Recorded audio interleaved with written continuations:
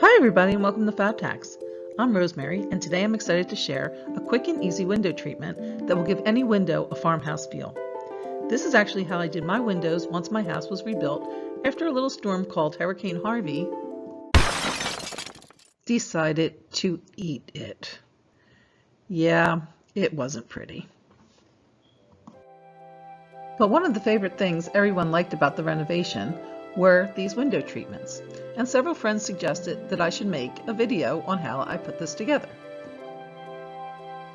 I put this look together quickly by using two Mainstays black ball rods from Walmart and two 54-inch length white curtain panels also from Walmart.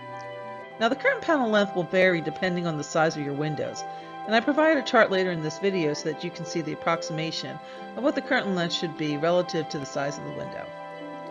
I will also supply the chart in the description box below, as well as a complete materials list for this project.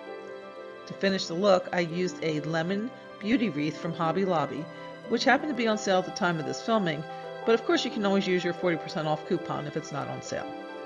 The total cost of this combination came in at about $35 per window. I was trying to decide on window coverings. I knew I did not want to do a shade or a top to bottom curtains or a shade and curtains, all of which I have done in the past. I thought I would try to do something that would create a transom-like feel. If you're not familiar with transoms, they are the little windows above a window or door and are often found in older farmhouse style houses. Since my decor has a lot of black accents, I wanted to also add black to the window treatment, preferably black metal. So I decided to place two of the black metal rods parallel to each other about 14 inches apart, which would be about the size of a transom for the size of my window. To hold the rods, I used four 3-inch screws and just painted them black. Once the paint was dry, I screwed the screws into the wall alongside the window trim. Since my window is 72 inches long, I placed the first set of screws at 4 inches from the top, then measured down 14 inches from there to place the second set of screws. So if measuring from the top of the window, the first set went in at 4 inches and then the second set went in at 18 inches, leaving a 14-inch space to be the transom. Now, since all window sizes will be different, I provided this chart as a guide to help you approximate where to place your rods should you want to do this project. This is only an approximation though, and you can take it from there to see where you like to place the rods for your project. Before placing the rods, I made sure that the screws extended far enough from the trim to securely hold the rods. Then I just placed the first rod on top.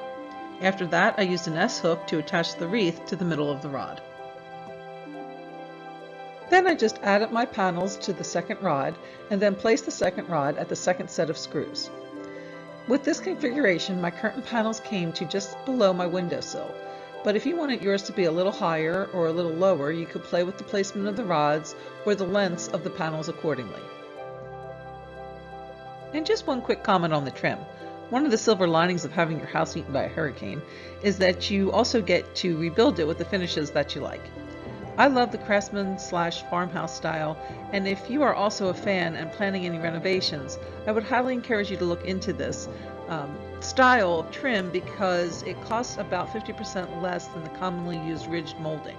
So I just wanted to show you the different woods that were used to create this look, and I will link those in the description box below. Hope you have enjoyed this quick and easy farmhouse window treatment DIY. Please let me know in the comments if you plan to use this window look or if you would like to see more videos like this. If you liked the video, please remember to give us a thumbs up and please share with any family or friends you think might also like this DIY. And if you are not yet a subscriber, please consider subscribing. We'd love to have you join the family. Well, thanks for watching and we'll see you next time.